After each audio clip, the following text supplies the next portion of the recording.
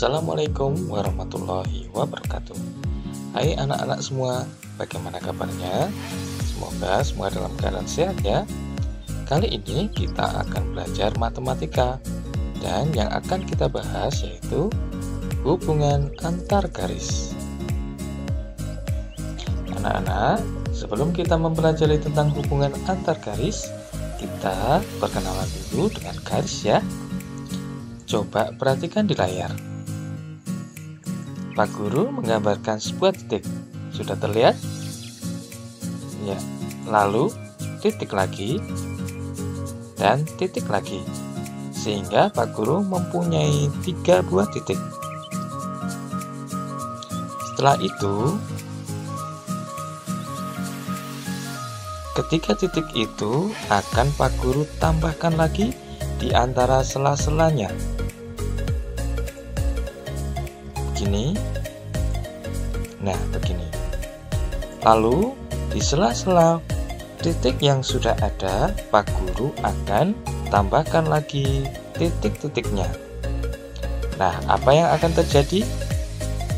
Iya, titik-titik tersebut akan membentuk sebuah garis. Jadi, apa itu garis? Garis adalah kumpulan titik-titik yang beraturan dan berkesinambungan.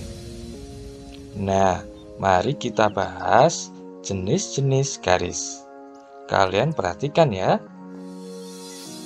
Jenis garis yang pertama yaitu garis lurus. Garis lurus adalah garis memanjang yang tidak terbatas di kedua ujungnya. Coba perhatikan gambar berikut ini. Nah, ini adalah garis lurus AB. Pada ujung AB terdapat tanda panah. Itu yang menandakan bahwa garis itu memanjang yang tidak terbatas. Jadi, untuk yang kedua ada sinar garis. Apa itu sinar garis? Sinar garis adalah garis yang diawali oleh satu titik, sedangkan ujung lainnya menuju ke satu arah yang tak terhingga. Bagaimana gambarnya? Nah, sinar ini diawali oleh satu titik, lalu memanjang ke satu arah yang tak terhingga. Nah, seperti yang ada pada layar. Jadi, sinar garis AB akan memanjang di ujung B yang panjangnya tak terhingga. Berikutnya, anak-anak, ada ruas garis. Apa ruas garis? Ruas garis adalah garis yang dibatasi oleh 2 titik. Nah, di sini Pak Guru menggambar ada sebuah titik A. Dan di tempat yang lain ada titik lagi, yaitu titik B.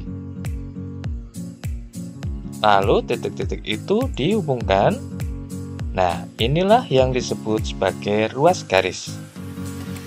Ruas garis adalah garis yang dibatasi oleh 2 titik. Bagaimana dengan panjangnya?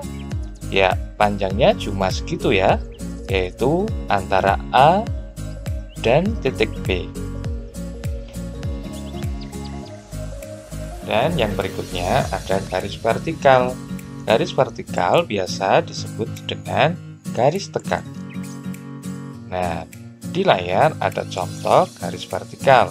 Garis vertikal itu bernama garis vertikal AB. Lalu ada juga garis horizontal atau garis mendatar. Kalian perhatikan pada layar. Ini adalah garis horizontal atau garis mendatar AB. Nah, untuk penamaan garis, kalian perhatikan gambar berikut ini. Nah, di situ ada sebuah garis di mana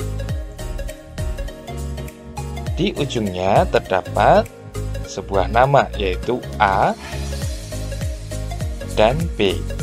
Maka garis ini bisa kita sebut sebagai garis AB. Tetapi untuk garis AB ini juga bisa kita beri nama dengan pemberian huruf kecil. Seperti yang ada pada gambar, maka garis AB ini bisa juga kita sebut sebagai garis F.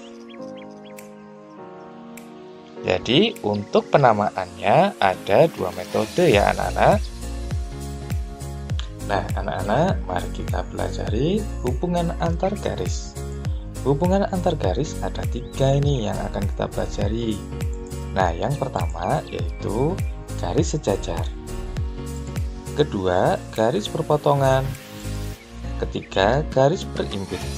Nah sekarang kita bahas satu-satu ya. Anak-anak, hubungan antar garis yang pertama yaitu garis sejajar. Garis sejajar dilambangkan dengan 2 garis miring seperti yang ada pada tanda kurung. Garis dikatakan sejajar jika garis-garis tersebut tidak akan pernah berpotongan, walau garis-garis tersebut diperpanjang tidak terhingga. Jadi pada intinya, kalian perhatikan, 2 garis atau lebih tersebut tidak akan pernah berpotongan. Ya, sekarang kalian lihat contohnya. Ada garis yang pertama dan garis yang kedua. Kalian lihat, kedua garis itu jika dipanjangkan sepanjang apapun, itu tidak akan pernah bertemu. Ada lagi contoh yang kedua. Nah, pada contoh yang kedua pun sama. Dipanjangkan sepanjang apapun, kedua garis itu tidak akan pernah bertemu. Nah, inilah yang disebut sebagai garis sejajar. Nah, pada kehidupan sehari-hari, kita secara tidak sadar sering sekali menemui garis sejajar ini. Pak Guru contohkan ya. Nah, yang pertama adalah rel pada kereta api. Nah, kedua bantalan rel itu sejajar, tidak akan pernah bertemu.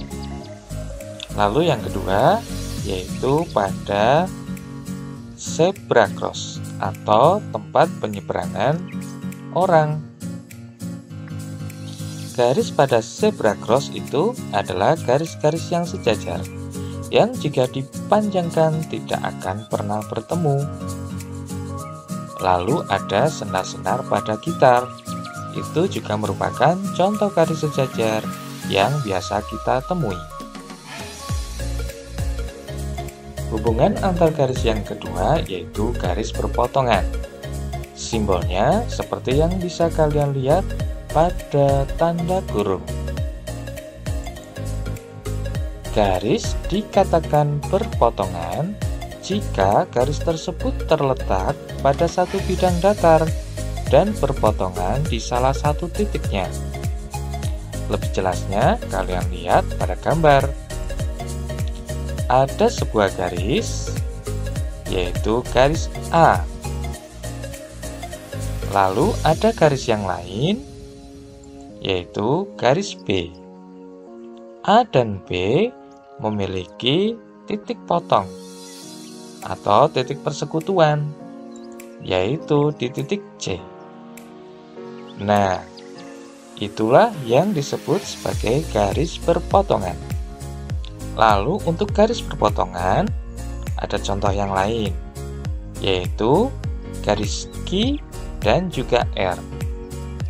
Garis Q dan R ini berpotongan di salah satu titiknya, di mana Q dan R adalah garis perpotongan yang tegak lurus. Pada garis perpotongan tegak lurus, maka akan terbentuk sudut 90 derajat atau sudut siku-siku. Nah, contoh untuk garis perpotongan yang bisa kita temui dalam kehidupan sehari-hari. Di antaranya ini ada rambu-rambu lalu lintas yang menunjukkan perempatan jalan. Nah, simbol dari rambu-rambu itu menunjukkan garis berpotongan tegak lurus. Lalu ada juga rangka pada jendela kaca yang ada pada kantor. Nah, gambar tersebut juga menunjukkan hubungan antar garis yang berpotongan. Dan yang ketiga yaitu hubungan antar garis berimpit. Garis dikatakan berimpit jika garis-garis tersebut memiliki paling sedikit 2 titik persekutuan. Coba kalian lihat. Di sini ada garis yang pertama, yaitu garis A. Lalu di atasnya ada garis yang lain, yaitu garis C. Nah, inilah yang disebut sebagai garis berimpit. Garis A berimpit dengan garis C. Lalu, bagaimana contohnya dalam kehidupan sehari-hari untuk garis yang berimpit? Nah, contohnya adalah kalian lihat pada jam dinding atau jam tangan yang menggunakan jarum. Ketika jarum jam menunjukkan angka 12, jarum pendek dan jarum panjang sama-sama menunjuk ke angka 12. Maka jarum pendek dan jarum panjang adalah contoh garis berimpit dalam kehidupan sehari-hari. Nah, bisakah kalian menyebutkan contoh yang lain? Nah, anak-anak, sebagai penutup, Pak Guru punya contoh soal ini. Pak Guru punya sebuah balok A, B, C, D, E, F, G, H. Nah, sekarang coba anak-anak sebutkan manakah garis yang sejajar dengan AB. Ya, betul sekali. Garis yang sejajar dengan AB adalah EF atau FE, HG atau GH, dan juga DC atau CD. Iya, pintar. Garis AB sejajar dengan garis EF, sejajar dengan garis GH, dan sejajar juga dengan garis DC. Bagaimana dengan garis yang sejajar dengan AE atau EA? Iya, betul. Yang sejajar dengan garis EA atau AE yaitu DH atau HD, CG atau GC, dan BF atau FB. Pintar. Lalu, sekarang garis yang berpotongan. Manakah garis yang berpotongan dengan AD? Iya, garis yang berpotongan dengan AD di titik A yaitu EA dan BA. Lalu untuk garis yang berpotongan di titik D yaitu HD dan